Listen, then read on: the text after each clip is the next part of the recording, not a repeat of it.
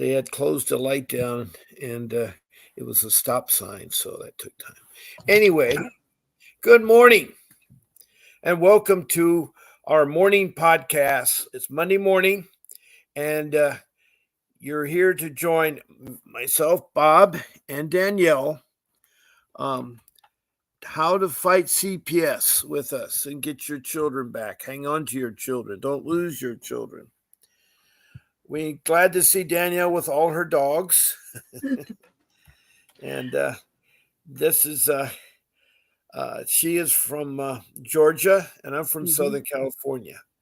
And we both have had CPS cases. And when I mention the word CPS, I talk about the child protection system. Every state seems to have a different name for it. California is Child Protection Services. But in LA, I heard yesterday that was called something else. I was really surprised. So I don't know. Anyway, it's the child protection system. And it's a government entity that is supposed to look after our children from abuse and neglect, and also do family reunification, because it's been proven that the biological parents are the best parents to put with the children, if at all possible. So I know they don't talk about family unification, and right away your child is taken from you, even though they're not in imminent danger. Both Danielle and I know what you're going through. The rudeness, the lying, deception, the lack of transparency, all the awful things you can think about. I think this organization is worse than the IRS. And it's a government agency in each state. And the state has also enacted things to it. Sometimes it's confusing what the state does and what the federal wants done. Maybe there's some loss of translation. I don't know. And so this is a podcast, and you can interact it with several ways. One, you can text a message in, and I'd love to have your comments regarding CPS. All I ask is your name and the city and state and the country. Yes, I said country because we do have people from around the world that have contacted us about their CPS problems. We've had, lots of people, and here is Lori Hiller. Didn't see you the last couple of days. Glad to have you back, Lori. Would love to hear where you're from and what your questions are. So far, the countries we've had contacts has been Australia, Canada, United Kingdom, Ghana, which is a little country in South America, above Brazil and south of Venezuela. And then there is Mexico and Mozambique, which is an African country on the east side of Africa near Somalia. And then there is Denmark. And so far, those are the countries that have contacted us. Denmark was the most recent one. And we had a call the other day, not too long ago, from United Kingdom. And have you ever had anybody from Canada? Yes. Okay. I've had 3 people from Canada. Oh, wow. Okay. From Nova Scotia area, too. Oh. Which is above Maine. Right. So, wow. And I've had Leeds in England. The person there from the US English didn't give me, I think they said they're from London, and they thought the CPS was everywhere bad, in Wales and in England. I think they said they were from London. So yeah. I've had that. So anyway, you all are welcome to make comments, and I love to have comments. We'll answer them. We'll look up. We'll try to give you. We're not attorneys, but we both have had CPS cases that hers is a little bit different than mine, and both of us can share what we experience.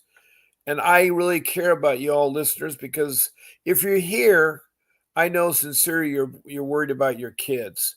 They sometimes, CPS seems to paint parents as all bad parents. But anytime a parent is in our room, I believe that they are 100%, they want their kids back. And maybe they did a screw up maybe they didn't, or maybe they need help. And minor screw ups can be corrected. It's not the end of the world. It's not the end of the Right. world. The emphasis should be on the well-being of our children, but I think CPS has gone overboard to the point where they're trafficking our children into foster care, and our children are being abused in foster care. They're doing alienation, which is Right. really against the law, because that's where a person tries to make the other person looks bad. Parents do that in divorce cases all the time. They try to make one parent the bad parent, and they try to alienate the kids. So that is against. But CPS does a good job of doing that because they don't inform the kids and they don't talk to the parents. They're rude. They don't care about seniors or elders, Mm-mm. and it's really things get lost in their dealings. Kids are taken out of state, forgotten about it. They suddenly become 18 and they're forgot about it. And that's Danielle's case. She's Mhm. slowly trying to get her son back. Her son is 18 now, was in Yeah. the CPS care. He's a special needs kid, and she wants to be his Mm. guardian and take care of him like she is with her brother who has special needs. So Danielle's a very talented woman to take care of two people. That to me is a lot of work, a lot of time. And your son They and brother are happy to have you. So, he my brother, he like my son and my brother, they kind of like balance each other out. oh, good. This one, if my brother, he's stronger in some areas than my son is, and then my son's stronger, so they kind of help each other. They just need a like, it's kind of like an independent living, but they just need someone there with them 24/7. Right, That's all. right. I mean, they can make decisions and stuff on their own, but it's just like my brother's memory. His memory's gone, like his short-term memory. So if he forgets to leave the stove on, but he can cook for himself all day long, and his hygiene and everything. But it's just they need, and just in case, for the safety. And Yeah. yeah. And then No, if that's really people good. show up and stuff, yeah. So, but as far as anything made, like life decisions and stuff, I mean, they both can pretty much make decisions on their own. Okay, I want to give some thanks to some people. First, I want to thank Mr. Davis of Vincent W. Davis and Associates, who produces this podcast. We just had Dean M. Thank you. Praying for you, Danielle. I'm also worried about conservatorship. Okay. I have a special needs child. Good. Maybe you can do the other way of Uh-huh. being on a show. I don't know what city, state, or country you're from, but it'd be nice if you can Yeah. share that with us. You can also, besides texting a message, you can call in at 626 698 0990. That's my office number, and that goes directly to my phone. It'll ring. Mhm. And during the hour that I'm on the show, because I'm on 7 days a week, twice a day, that's 14 shows, I will answer it. My hours typically are 10 in the morning and 7 o'clock at night for an hour, and that's all Pacific Standard Time. I was on your show, Minnesota medical kidnapping. Oh, yes. Okay. I remember the medical um, uh, kidnapping. That is really bad. Dean, if you want to call in, you're welcome to. If not, you can type in your question and we'll try to help you. We, are happy to see you here and hope to help Mhm. you there. There's no question about that. Also, I want to, as I say, we're thanking Mr. Davis, and he says to call in 888-888-6582 if you have a question. He will talk to you. Also, I want to thank our producer, Grace, who works behind the scenes producing this podcast and handling all the people on the podcast and making arrangements. And if you want to be on the show, instead of texting or calling in, you can be a guest on the show and you can be live on camera if you choose, or you can just be your voice. And what you do is you arrange it with Grace. And so you contact her by email, grace@vincentwdavis.com. Grace@vincentwdavis.com. Tell them what day and what time you want to be. You say you want to be in the morning show or the evening show, or you want to be on Friday's show or Wednesday's show or Monday's show. Now I do have one day on Sunday that I come on um, uh, early at 8 o'clock in the morning, and that's the only time I deviate. There may be times from time to time that I may deviate on the weekend. I have a young family. I still have a child who's a senior in high school, and there's high school events that I participate with them. I'm very much a hands-on father. I'm a loving father. I've been married 32 years. I have 6 children, and right now, um, 3 of them are my older children, have grown up for quite some time. The last one left in 2014 at age 25. My 3 young ones were with me into that horrible year of 2015 when CPS, trafficked my children into the foster care system. And it was true. It was really sad. They kidnapped my children. And in fact, my case went on for 3 years. And I was able to get back 2 of my boys, but I lost our daughter. Our daughter was 12 at the time, and she now is 21. So it's hard when you don't have a child return to you for no reason except they want revenge. It's a clear cut, in my case, a revenge. And I know that social workers are like that because I always relate this vivid image that I have every day I think about CPS is 8 social workers with pink t-shirts on the front said they're professional kidnappers, and on the back, where are your children, meaning that they have kidnapped your children and they want to know if you know where they're at. And they did this as a joke internally. It backfired because all 8 of them were fired. And I think that somebody should have filed a civil suit against that because that was blatantly terrible. And those are the kind of mentality of social workers you have working in the CPS. Now, I have had one social worker from Maryland who gave her name. I don't know if it's a false name or not, but she was on my show for about 40 minutes. She candidly talked about how she did things as a social worker. Of course, it contradicted the 2 other individuals that have called in from Maryland to tell how bad Maryland is with their children.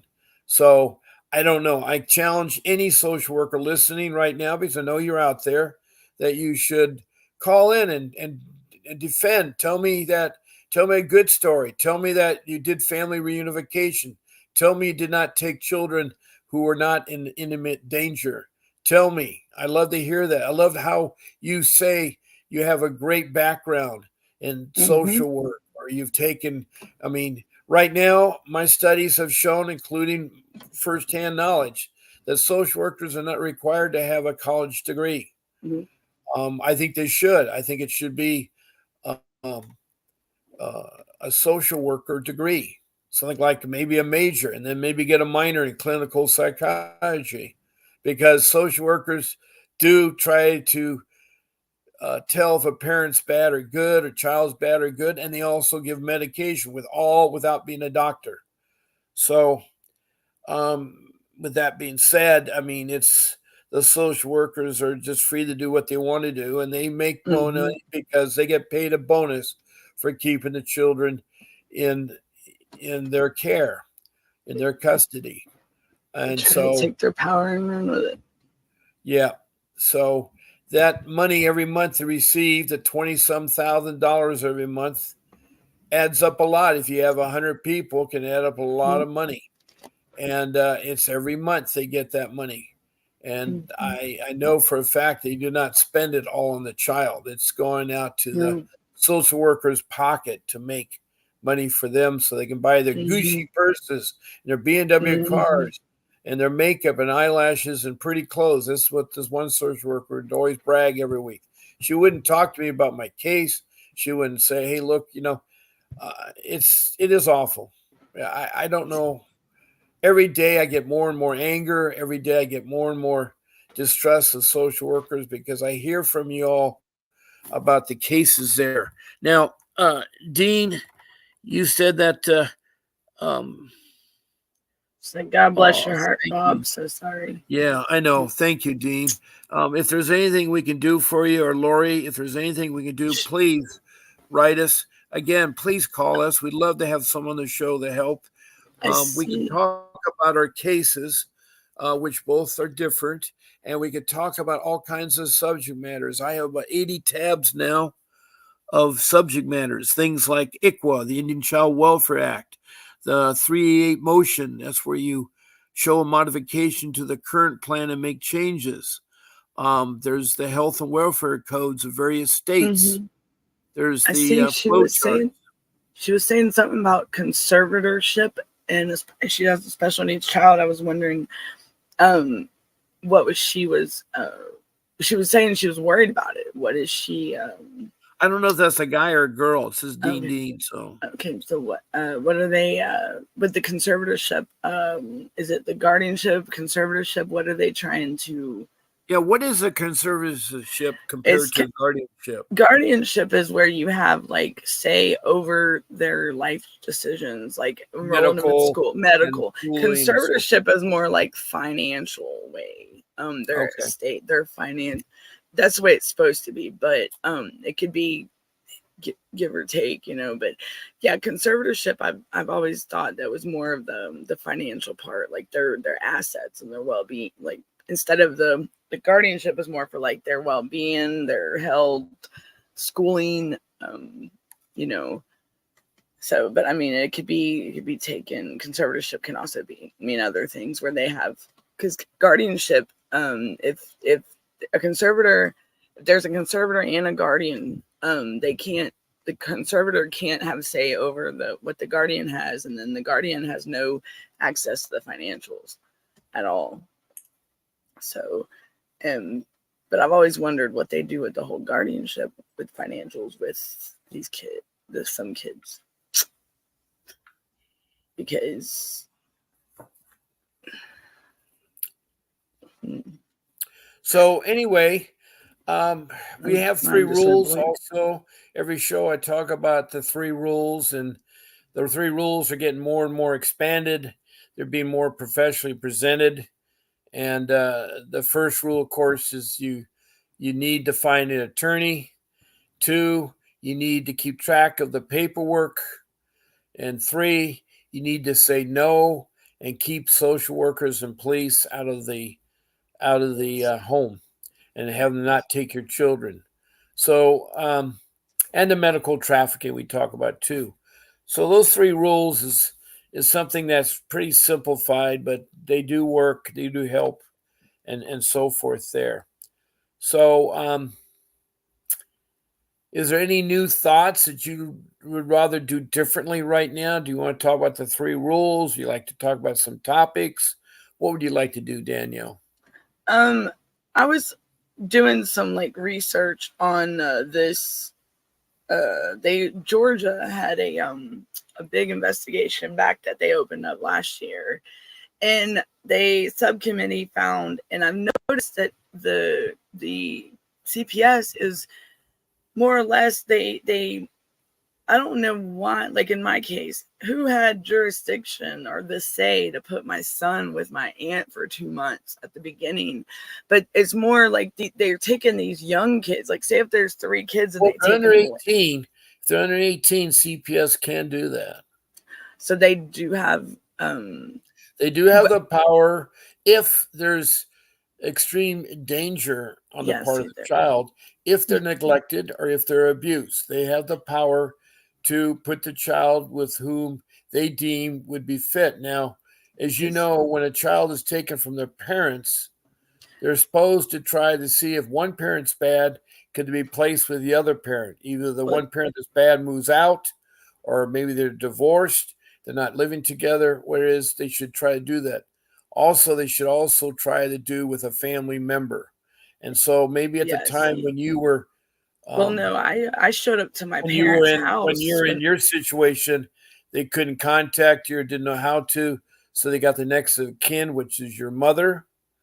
And Well, so no, maybe they never removed my kids back in 2011. I put my kids where they're at. I placed them. oh, well, you put them. Okay, Yeah, so you I've put them never. in with your mother. Yeah, and then I got that Okay, my so that's how mother. they got their mother. Yeah, So, and you had to do she that filed. through CPS. So you did that. No, we didn't go through CPS. We went to the courts. She went to the courts and filed for guardianship. Was And that family court? It was juvenile. Well, it was probate and then juvenile, and then Yeah. they That's filed, they family approved court. it, That's and family court. Juvenile is probate. Yeah. yeah, and he said that the judge said that there was no reason for DFCS to be involved. He was leaving it up to me and the family to decide what to Okay. do.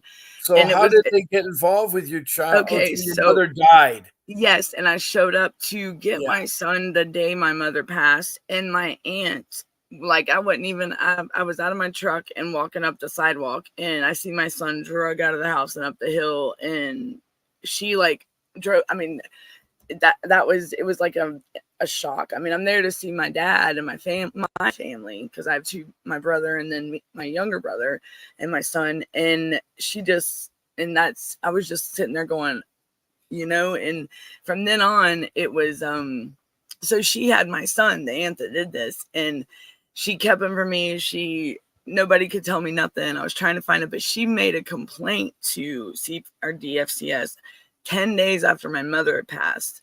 And I'm trying to still find my son. My son's not in school. And that's what I mean. And that's where the gray area is. I believe that she told them that she had told them I abandoned my kids, and she didn't know where I was at. And she hadn't talked to me in 10 years, which was a absolute lie. Okay. So that's how my son ended up Well, with look, her. we got something from Dean. He says there are usually big business, but they will end up in a facility and declining under multiple medication. Oh, before that, when they become 18, they will try to gain guardianship. Now, I don't Yep, know and that is people can gain guardianship of 18. When you mean they, okay, who do you adult mean? guard CPS? Yeah, DBHDD. Like here in Georgia, it's the like adult protective services. It's like the developmental of aging and disabled. It's the Georgia Department. They will, if they are an adult, My son. they will try to gain guardianship. Yes, they filed for guardianship in June of last year, and it has not been granted at all because they have left it. I mean, I have a like May 21st is when I'm finally able to get in there and file my petition for it. And there's a reason How old why. is your Dean? How old is your son? And what are you trying to do to get him back? Because I think Danielle can help you on this, because we need to know some more information. Maybe we can help you, Dean.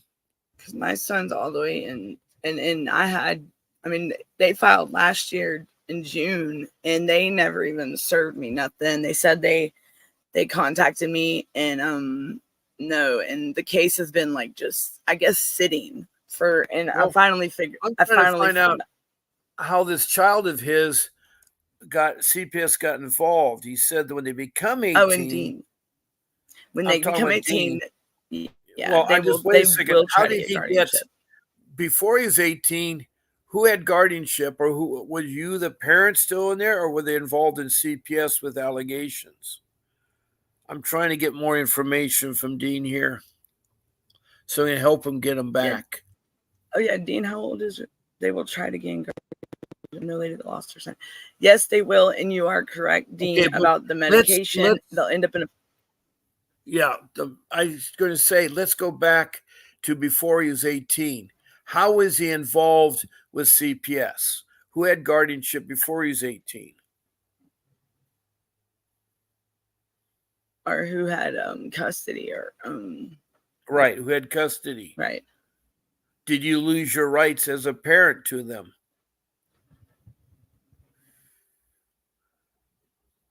And another person like you that's lost her son. Well, there's three people. There's you and your friend who lost your son, and then there is my co-host, Danielle, who lost her son.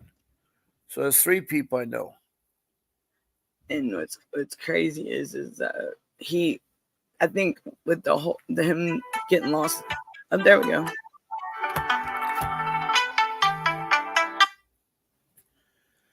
Good morning, Bob. Who's this? It's Nadine. Nadine.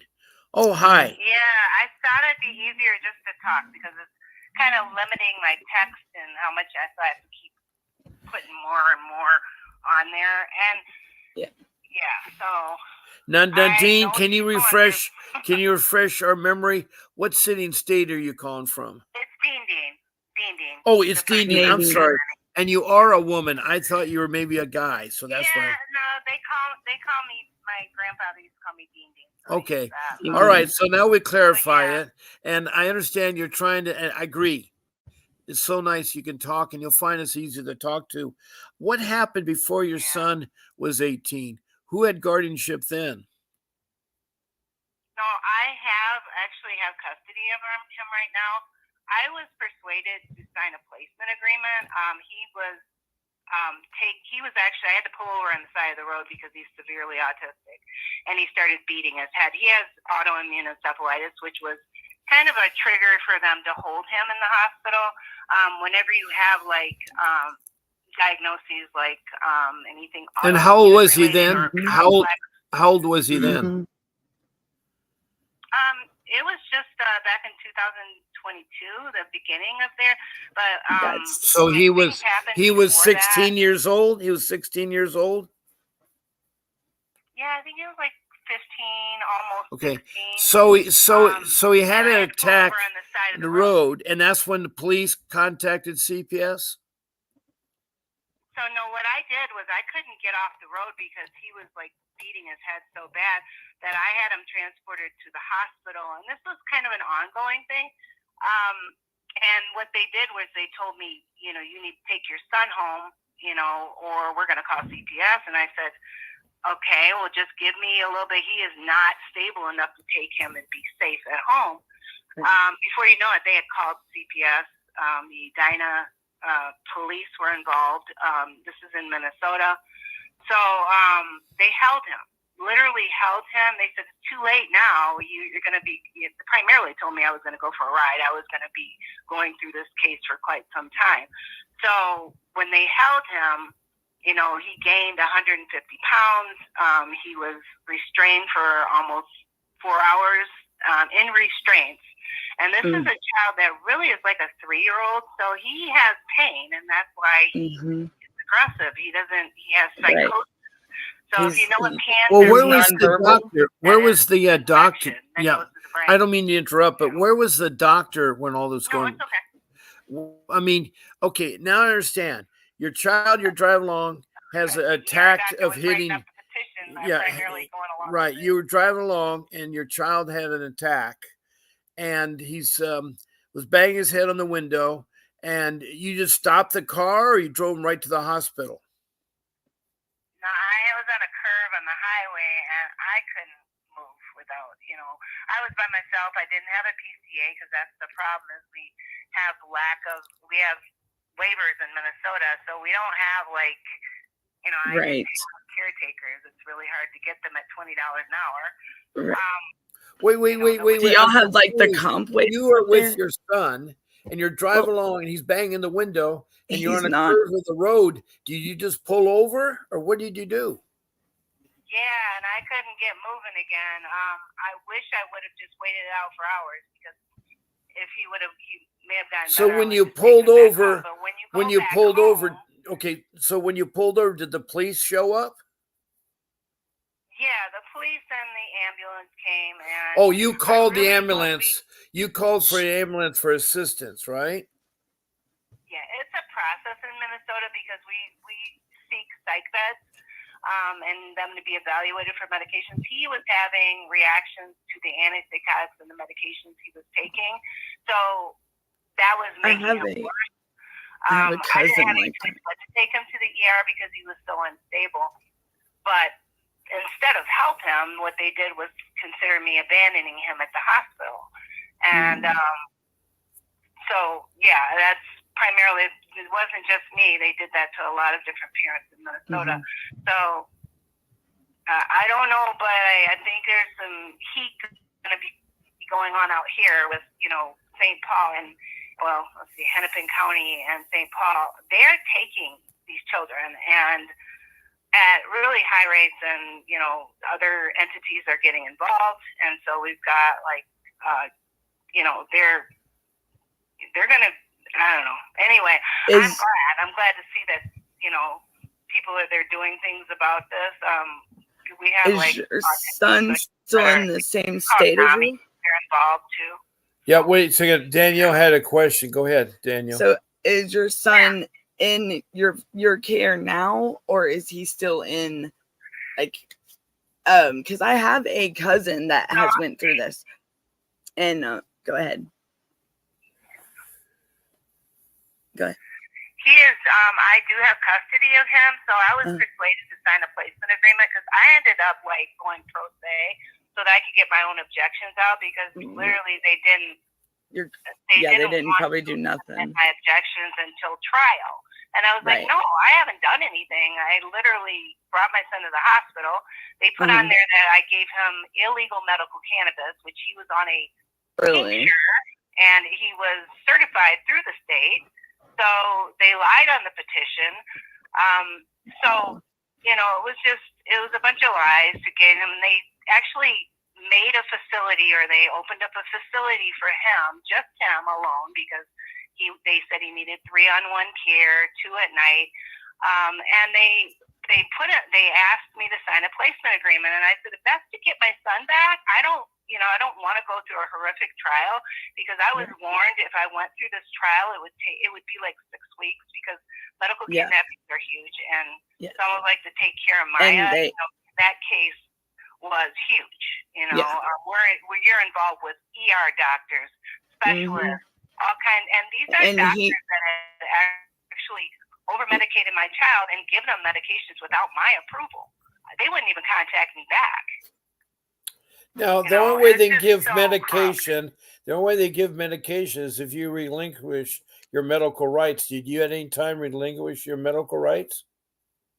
Well, I mean, I was able to get some of the medical records, but CPS got a hold of one of the psychiatry offices and told them, do not send their records without sending them to us. Wait.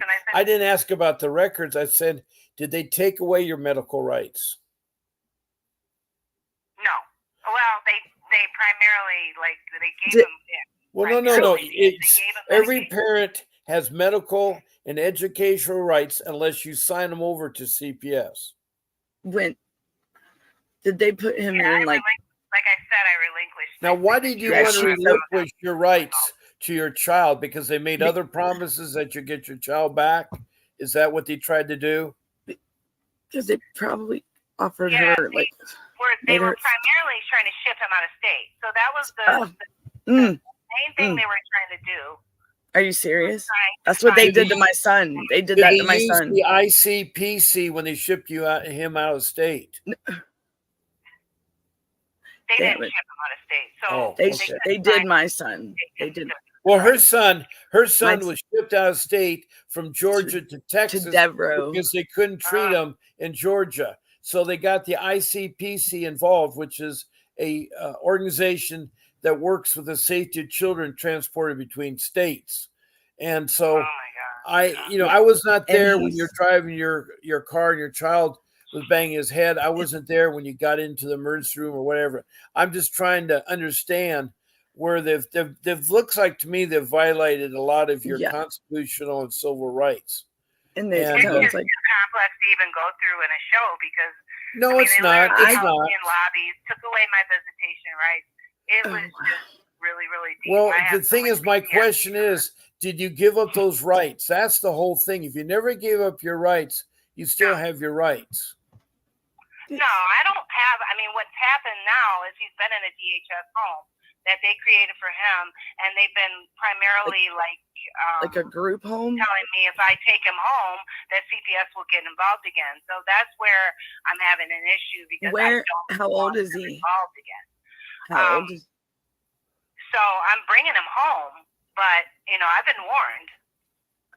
How old is he right now when you do take him home? He's 17. When does he turn 18? February. Next year? Yeah. Okay. I would go ahead and get on the adult guardians. Go ahead and get that filed into the courts now. And they're trying to tell me that you should do it like right before, and I'm like, I don't think that's right. You can do it right now. Adult guardianship. They don't process them until months before. They Right. well, And don't let them tell you what to do. no, Here's the my guardianship, they applied for guardianship. My son turned he was supposed to he turned 18 in June or July of last year, but they applied for adult guardianship didn't tell me or nothing in June of last year. The guardianship is still open, and I'm going to be able to finally file May 21st of this year. So you can go ahead and do that now. You can go ahead and get your ball rolling on that. And I would. Yeah, and this wasn't CPS telling me this. This is like a facility that takes care of it for you. Well, it's part of social.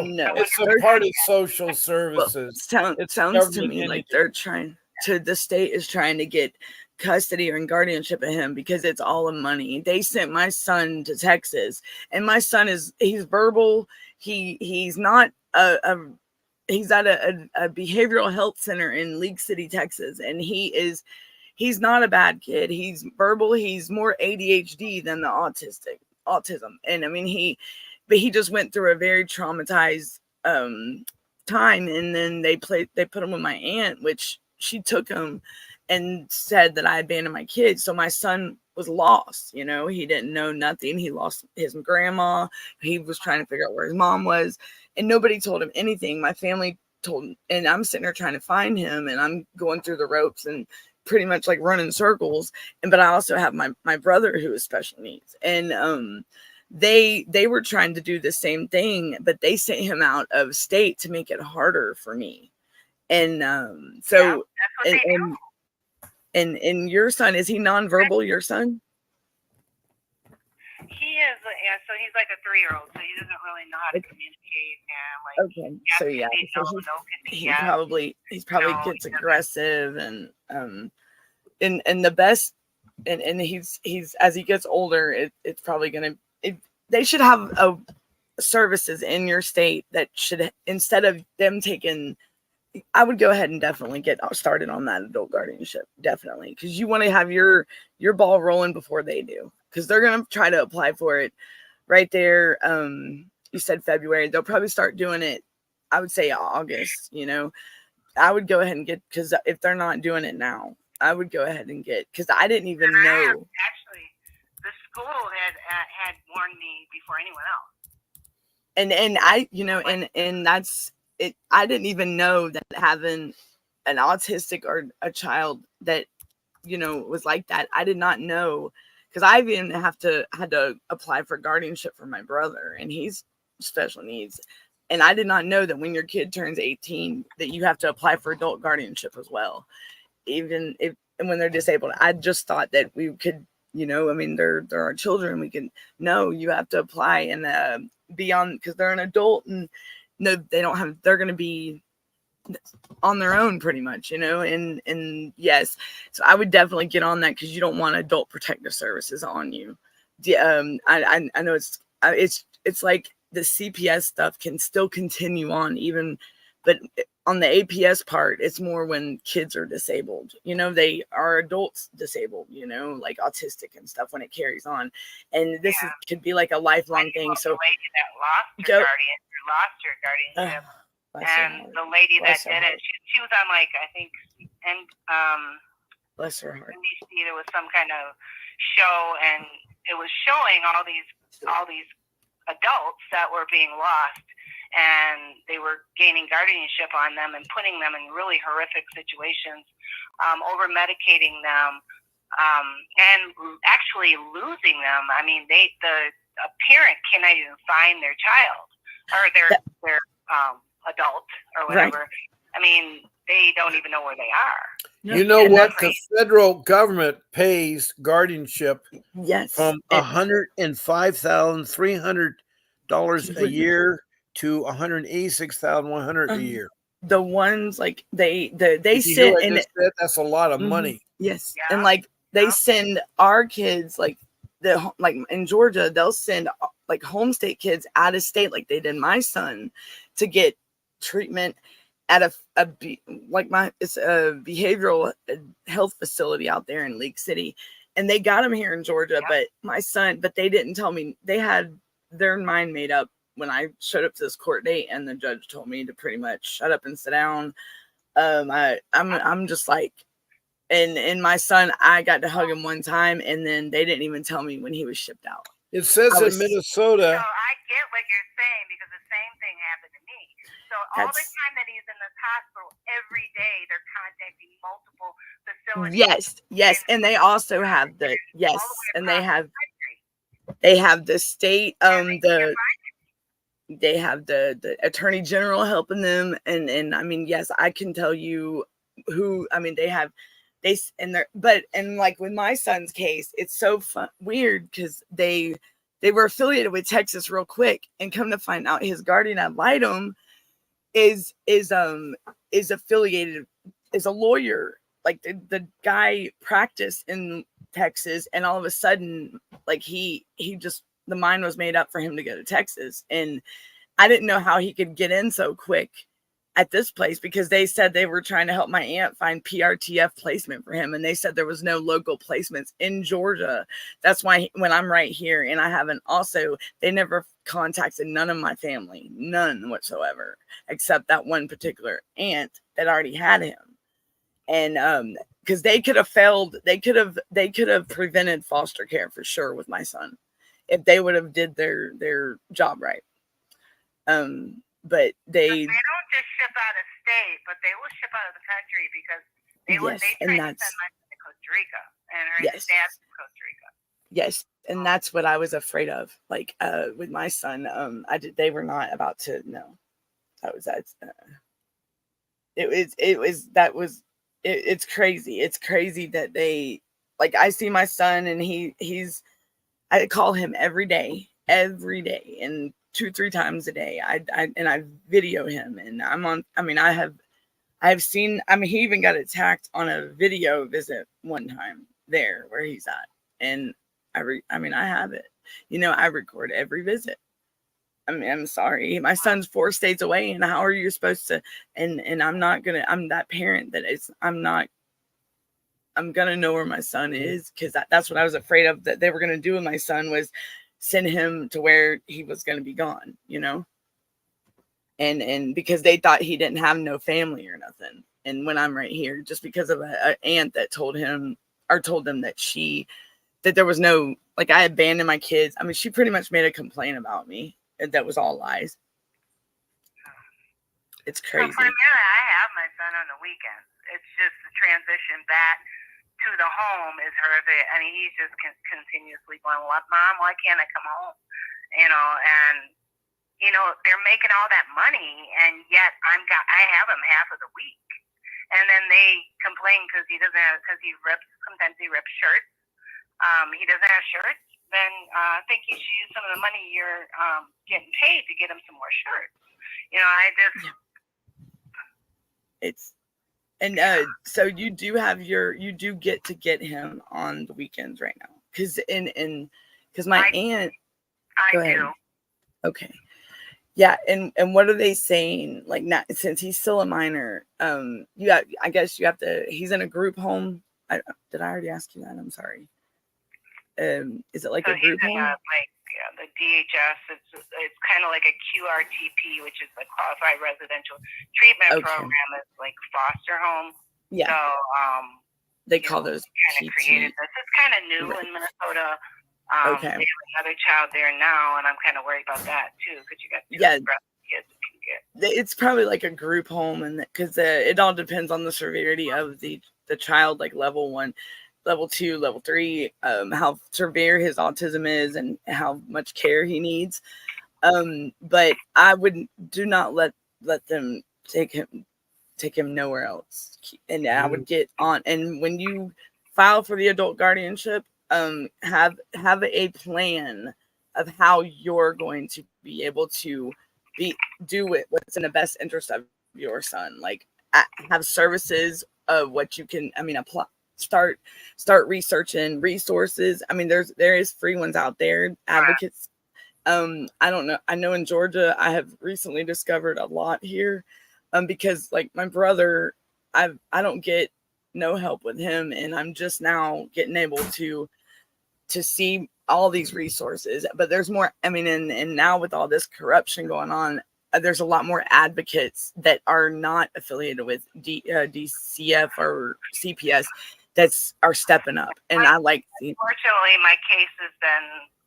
Unfortunately, they don't. I mean, I don't know what it is, but they blacklisted me, and I cannot find there. I had an advocate early on in my case that told me, "I'm sorry, I've done everything I can. We've reported to the hospital, and for a complaint out to them with the Department of Human Services." You're in the same boat I am. I get no, the emails don't get replied. They just do not, and attorneys don't like me either, because I actually had to get rid of my attorneys and go pro se because nobody would address the issue, and they kept going back to CPS attorney and telling me I had to work this case plan, and I was just like, I'm not signing a case plan because I didn't do anything. Are you in monthly meetings?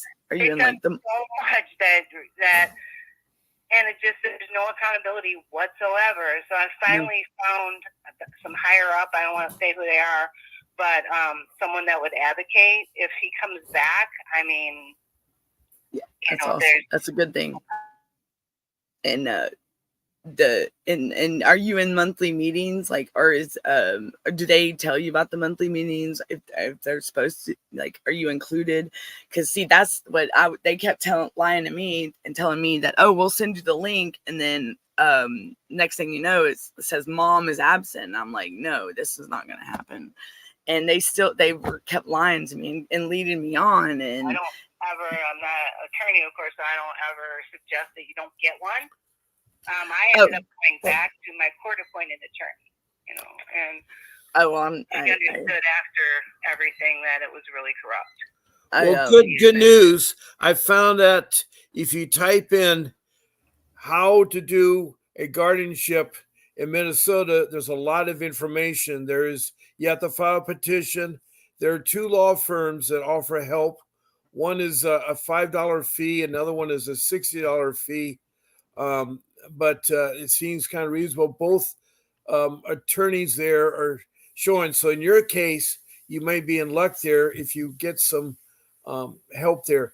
I think the key to anything is going to be knowledge. You got to get knowledge. And that's one thing that Danielle and I said, the more and more you educate yourself, the more and more knowledge will be power, and get that. And I'm not trying to, I've had to research my research. Sorry, I've had to research mine because I knew nothing, and they've totally like you say, you've been blacklisted, and that's in my case as well. It's like they've totally blocked me out of everything. That's wrong, and there's ways you can fix that. There's ways, and I push back, and that's you're going to have to go on higher ups. You either have to go. And that's what I've done. The highest court of the land is the Supreme Court at the federal level. That's the highest court. I have. There's no doubt about it. Sometimes you have to go to the top. I'm a certified medical coder. Yeah. I'm a certified medical coder, so I know the corruption they did in taking medical records and removing them from the medical records. I mean, they lied about how he was admitted and everything. I went and I've complained and given formal complaints to,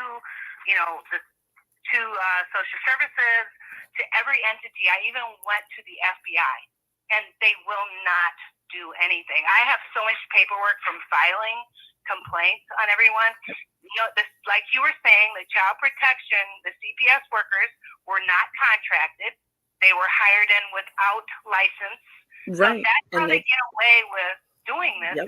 They don't have license, so they can't be accountable. That's the whole thing I want to change with CPS, because have you ever went to these social workers think that they are God and that they can go ahead and do what they please, and they don't care who they hurt, as long as their hand has paid the money. There's a money in that.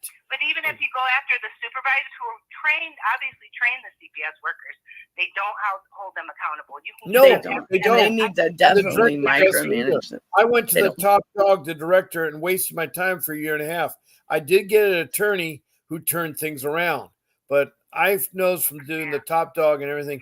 My problem is that I was trying to maintain a stability with the rest of my family. And when 3 of my children are taken from us, I was out there looking for work. They took advantage of me. Here's a guy at 60 years old, gets laid off in 2010. No one wants to hire him. So in 2015, they came and trafficked my children into the foster care system and alienate them from their mom and dad. And it was all based on hearsay. It was all based on a lay person who was a family member that made some allegations that weren't true, and that they were CPS has to believe everything they hear that is true, and you're guilty till you're proven innocent. It's so sad the way that CPS I literally manipulates had to write my own parental court report, which they called it objection, but I had to get rid of my attorney so I could submit that before the judge would even listen or do anything. Then when he read that, and they can say he didn't, but I submitted it, he read that and he went, oh, okay. And then they knew that they didn't have a case anymore, and that's why they gave me that placement agreement option, because they knew.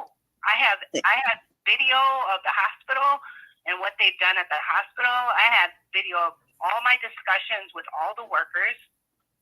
The worker held me out of my own son's discharge while I was in the lobby, and they literally called the security, and I wasn't aggressive or anything. I was just like, I want to be at my son's discharge. They refused. That's medical. That was my right. But that hospital refused me entrance to my son's medical appointment. Well, that medical trafficking has gotten out of hand now. That medical fee. First of all, social workers from the CPS now are full-time staff at a hospital. So when there's any indication of anything with children, they're going to do an interview, and they will go ahead and take your child because they think they're in imminent danger. So it's something that we got to change. Social workers do not belong in hospitals. No. They're like ambulance chasers. Tell you, the social worker at the hospital I was at, he literally, and I have it on tape, called me in for a meeting, and he told me in this meeting, me and Dad, he goes, Nadine, I know you. I know you brought your son here for education. You want him to get help for his medical. I know you're a good mom. He said, I can't do anything because CPS is controlling this. And I said, well, I mean, I guess that's how it goes. Well, who is he, by the way? I thought he was a CPS social worker. Who was he? So this was the hospital social worker. Well, the hospital social workers are CPS. See, that's a lot of people don't realize. The caseworker at the hospital is actually an agent for CPS, a social worker. I'm telling you right now, every caseworker is an agent for social services, and that includes the CPS. But it sounds like, because like if you have an autism social worker, they're actually in Hennepin County, or they are an agent. Do you know by agent? Yeah. See, what's happened is that the federal government has mandated that an entity in social services protect our children from neglect and abuse. Now, what they're doing now is that these local government agencies have now put people or contracted people in the hospital to represent them. And that's how all this trafficking is happening. This is how CPS get involved. There are cases where a mother's given birth, and just when the child pops out, the social worker walks in with the police and grabs the child, which is illegal, which is wrong. And the doctor in that room, that's a regular. I know. The doctor in that room should have said, please go wait in the lobby. This is a medical room. The mother's given birth. It's only because she was tested positive for drugs. And so I hear all these stories. They now have gone, they're like a Gestapo organization. There's no accountability. There's no top dog. There's no superintendents. There is a director, and there are managers and supervisors, but they all work under the director. And the director where I went to in Southern California in Orange County is really bad. It goes in one ear, goes out the other ear. They don't care about parents' rights. And he had so much gold around his neck. When I met with him, I thought he was going to fall over. with her son and his condition, I can say that you can get them out of the picture as long as you play your cards right when it comes time for the adult guardianship. What they're going to try to do is get it to where both of you have guardianship. Like, they're going to try to get it to where it's them and you on that adult guardianship. So if you can present to the court for the adult guardianship like a good parenting plan, that you're a routine for that child, and show that you are the best interest for that child. You're the best one to, and you're the mother. I mean, and yes, but yeah, you do have a chance to get them out of the picture altogether when that child turns 18. Yeah. I mean, hey, I gotta strong... cut this short, you guys. I don't mean to be the bad guy here, but my show time is ending. I have about 30 seconds here. Oh, wow. I want to thank you, Nadine, for taking the time to call in. I want you to call in again. You can call in tonight, tomorrow morning. I'm on, 7 days a week, twice a day. I want to thank Lori. I'll let you know what happens right. when he comes home, because as soon as that waiver kicks in, he'll come home, and then we'll see if they go up again. So. But you have a website.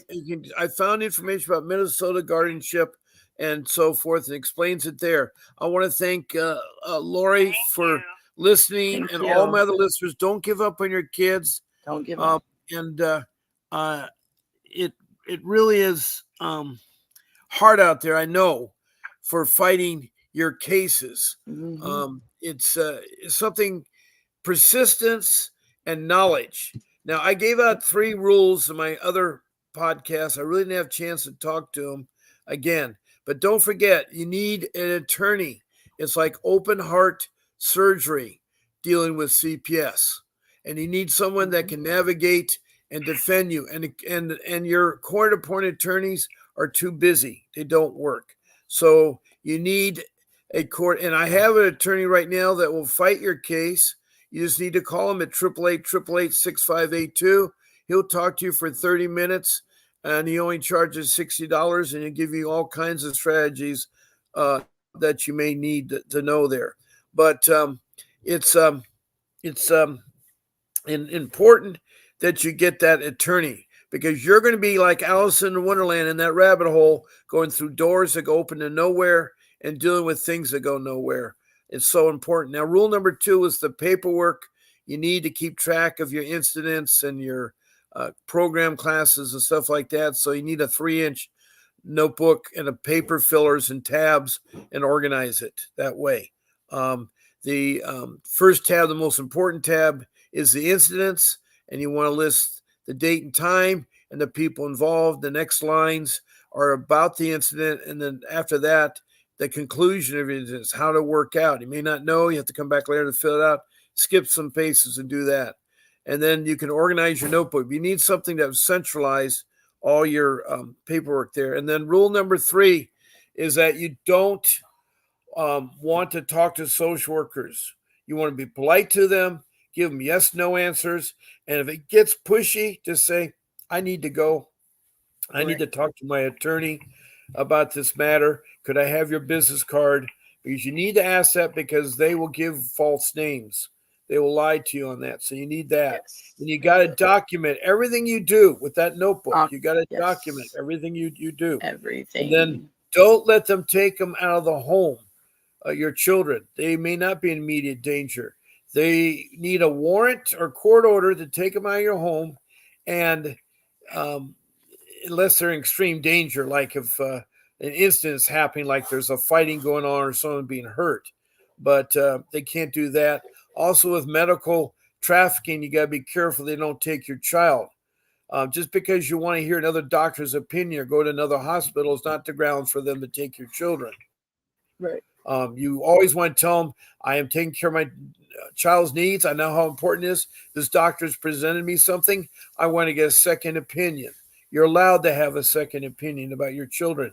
That's your medical rights. So you want to make sure that the medical trafficking doesn't happen in there. So those 3 rules will help you. And again, thank you so much for listening. And I'll see you tonight at my show at 7:00 Pacific Standard Time.